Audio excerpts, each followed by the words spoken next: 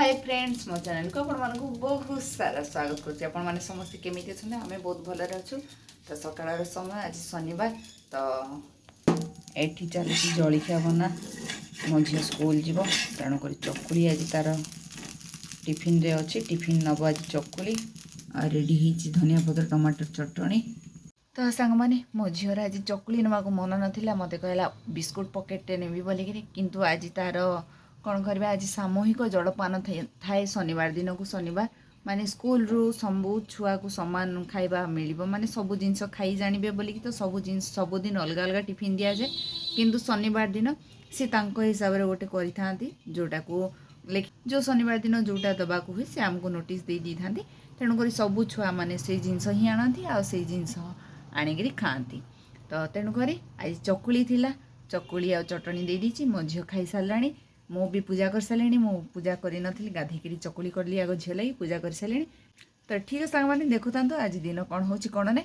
तो ठीक है सांग मैंने देखु वीडियो झील पड़े गला स्कूल एटा मोर बसीगला कम चीनी वाला नाली चाहा एटा आम बापा मोर बसला बिना चीनी अमूल चाहा एटा आम सार बसीगला गरम पानी से चाह पियंती तेणुक से गरम पानी ऑर्डर करते तो ऑर्डर पूरण हो गरम पानी बसई दी चाह रेडी गला तो चलते चाह टी पीदब तापर आस कथबार्ता ये सांग मैंने समस्त लगे मु चकुली तैयारी करुचे ये चकुली रेडी है किटा आहरी बसी तो सांग मैंने पुआ नबार अच्छी टिफिन स्वागत तेणुक मोर भात होगा यहाँ मुग डाली टे बसई दूची एपटे सब चकुली हो गला आम एपटे सब चकुली हो गला।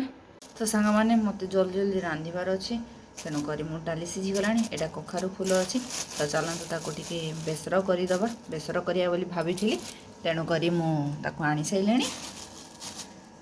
यहाँ कखारू टिके बैगण गोटे आलू ये पकईदे। तो चलतु जल्दी जल्दी सब काटिदबा। तो सांग मैंने देखो जो कखारूर पछाड़ ढेंटा ताकू भी मुझे काटी देती आलू आ कखारू सांगे बैगण देवी कहती बैगण देवानी। तो चलतु सांग मैंने जल्दी जल्दी रांधिबा बेसर टिके बाटिदबा चलता। तो मुझे टी सोरिष टिके जीरा रसुण टिके देदेली एथरे। तो सांग मैंने कड़े टिके गरम करदे तेल ताधे पकईदबा फुटण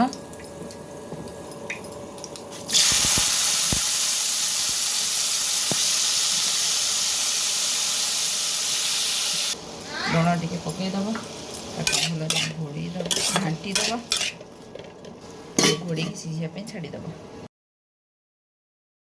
कखारू फूल को काटी सारे आको पानी भल बतुरी दी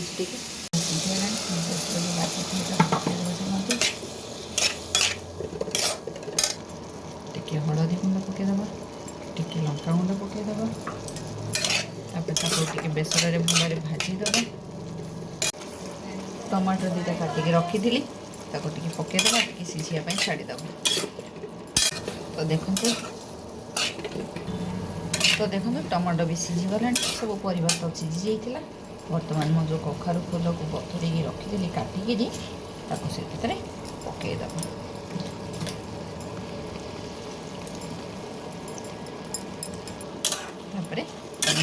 टे भल गोड़े आ फूल गोटा बेसी समय तो लगे ना सीझापी टे समय छाड़ीदबा घोड़े।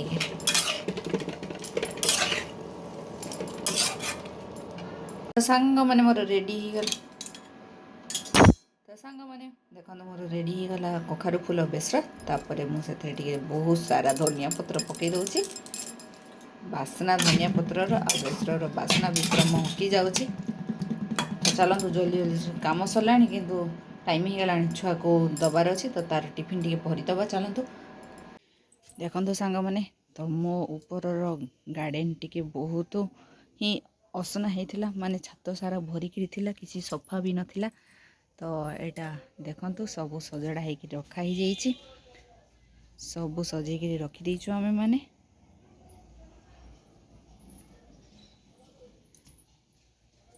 तो मो गछ मैंने भी सुंदर देखा जाउछि छात भी खराब होबार किसी चांस नहीं। अड़े देखो मो रजनीगंधा फूल फुटीगला आ गोटे कड़ है बाकी सब फूल फुटो एंती एंती। तो सांग मैंने मु भी चाहूली मो गार्डनटा ऊपर गार्डन एंती टिके सफा रफा करी बोलिकी किंतु सार पाखे भी समय नाला आ मु भी पार नी एकला बोलिकी करी पार नथली। କିନ୍ତୁ ବହୁତ ଖାସ୍ ଲୋକ ଜଣେ ଆସିଥିଲେ ସେ ଘରକୁ। ସେ ଦେଖିଲେ ଛାତ ଉପର ଖରାପ ହେବ ବୋଲିକିରି ସେ ମୋତେ ମାନେ ହେଲ୍ପ କଲେ, ମାନେ ସମସ୍ତେ ମିଶିକିରି।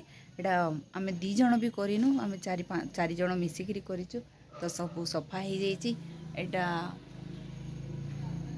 ହେଉଛି ମୋ ସୁନ୍ଦର ବଗିଚା, ଗୋଟେ ଛୋଟ ବଗିଚା। ଖାସ୍ ଲୋକଙ୍କୁ ମୋର ବହୁତ ବହୁତ ଧନ୍ୟବାଦ, ଯିଏକି ମୋତେ ଏମିତି ଗାର୍ଡ଼େନ୍ ଟିକା ସଫା କରିବା ପାଇଁ ସାହାଯ୍ୟ କଲେ। ମୋ ପାଖରେ ସତରେ ମୋତେ ଏକଲା ସାହସ ହେଉନଥିଲା କେତେବେଳେ ବି କରିବା ପାଇଁ। ଆଉ ମୋତେ ମୋ ଘର କାମରୁ ହିଁ ମୋତେ ଇଏ ହେଇଯାଉ, ଯେତେବେଳେ କାମ ସାରିବି ଥକି ପଡ଼ିକିରି ଶୋଇପଡ଼ିବି, ଅଳସୁଆ ହେଇଯିବି। ତେଣୁକରି ମୁଁ ଗାର୍ଡ଼େନ୍ କାମ କରିପାରେ, ଖାଲି ମୁଁ ଟିକେ ପାଣି ଦିଏ। କେତେବେଳେ କେମିତି ମୁଁ ଯଦି ସଫା ରଫା କରିକି ଛାତ ଉପରକୁ ମାନେ ସେମିତି ଗୋଟେ ଜାଗାରୁ ଅନ୍ୟ ଜାଗାକୁ ଟାଣିଦିଏ, ଆଉ ଝାଡ଼ୁ କରିଦିଏ, ଛାତ ଉପରେ ସଫା କରିଦିଏ। ତେଣୁକରି ମୁଁ ଏମିତି ସଫା କରି ରଖି ବି ପାରିନଥିଲି। ତ ସିଏ ଆସିଲେ ଦେଖିଲେ ଛାତ ଉପରେ ସବୁ ଅଛି। ମୋ କିଛି ଷ୍ଟାଣ୍ଡ ବି ୟୁଜ୍ କରିନୁ ଆମେ।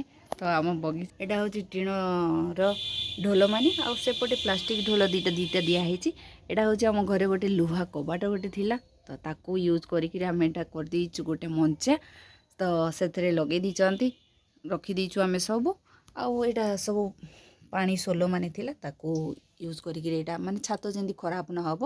କିନ୍ତୁ ମୁଁ ଦେଖୁଛି ପାଣି ଏଇଠି ପାଣି ଟିକେ ଜମୁଛି, ତ ଏହାର ଟିକେ ବ୍ୟବସ୍ଥା କରିବା, ଯାହା ବି ହଉ ତଳେ ଇଟା ଦେଇକିରି ହଉ କି ଯାହା ବି ହଉ କରିବା ତାକୁ। ତ ଏତେ ସାରା ଗଛ ମୋର ଲାଗିଛି, ଏପଟେ ବି ଅଛି। ତ ଏଇଟା ହେଉଛି ମୋର ସପୁରୀ ଗଛ। ଏଠି 2ଟା ବଡ଼ ବଡ଼ କାଠ ୟୁଜ୍ କରିକିରି ତଳେ ଇଟା ଦେଇକିରି ଏଇଟା ଲାଗିଛି ମୋର ଗଛ କିଛି ରଖିଦେଇଛି। ଏଠି ବି ରଖିଦେଇଛନ୍ତି ସିଏ ସଫା କରିକିରି। ତ ଏତିକି କାମରେ ମୁଁ ସାହାଯ୍ୟ କରିଥିଲି, ବାକି ଘରର କାମ ଥିଲା ମୁଁ ପଳେଇ ଯାଇଥିଲି। ଆଉ ସମସ୍ତେ ମିଶିକିରି ବାକି ସବୁ ବଗିଚା ସଫା କରିଛନ୍ତି। ତ ସେ ଲୋକଙ୍କୁ ମୋର ବହୁତ ବହୁତ ଧନ୍ୟବାଦ, ଯିଏ ମୋତେ ବହୁତ ସାରା ସାହାଯ୍ୟ କରିଛନ୍ତି। ତ ମୋ ବଗିଚାଟା ଆଜି ସଫା ସୁନ୍ଦର ବି ଲାଗୁଛି। ତେଣୁକରି ମୁଁ କରିପାରୁନଥିଲି କେତେବେଳେ ବି ଏମିତିଆ କାମ। ତ ଠିକ୍ ଅଛି ସାଙ୍ଗମାନେ, ଦେଖିଲେ ତ ମୋ ବଗିଚା କେତେ ସଫା ହେଇଗଲା, କେତେ ସୁନ୍ଦର ହେଇଗଲା। ମୋତେ ତ ବହୁତ ଭଲ ଲାଗୁଛି। ଏତେ ସାରା ଝାଡ଼ିଗଲା, ଏଗୁଡ଼ା ସବୁ ପଡ଼ିଥିଲା ଗଛ ଫଛ ହେଇକିରି। ତ ଜାଗା ବି ବାହାରିଗଲା। କହନ୍ତି ନା, ଯତ୍ନ କଲେ ରତ୍ନ ମିଳେ। ତେଣୁକରି ସଫା କଲାରୁ ବହୁତ ସଫା ଲାଗୁଛି। ଆଉ ମାନେ ମୋତେ ବିଲକୁଲ ବି ଇଚ୍ଛା ବି ହେଉନି ଏଇ ଛାତ ଉପରୁ ଛାଡ଼ିକିରି ଯିବା ଲାଗି। ମୋତେ ଆଉ ବହୁତ ସାରା ଗଛ ଲଗାଇବାର ଅଛି। ତେଣୁକରି ତ ଆଜି ଟିକେ ଚେଷ୍ଟା ବି କରିବା ଗଛ ଲଗାଇବା ପାଇଁ। ତ ଠିକ୍ ଅଛି ସାଙ୍ଗମାନେ, ଦେଖୁଥାନ୍ତୁ। ତ ସାଙ୍ଗମାନେ, ମୋ ଝିଅ ଆସିକିରି ପୁଣି ଖାଇଲା ଚକୁଳି ଗୋଟେ, ଆଉ ଖେଳିବା ପାଇଁ ପଳେଇଗଲାଣି ତା ସାଙ୍ଗମାନଙ୍କ ପାଖକୁ। ତ ବର୍ତ୍ତମାନ ମୁଁ ଖଟା ଟିକେ କରିବି ଯାଉଛି।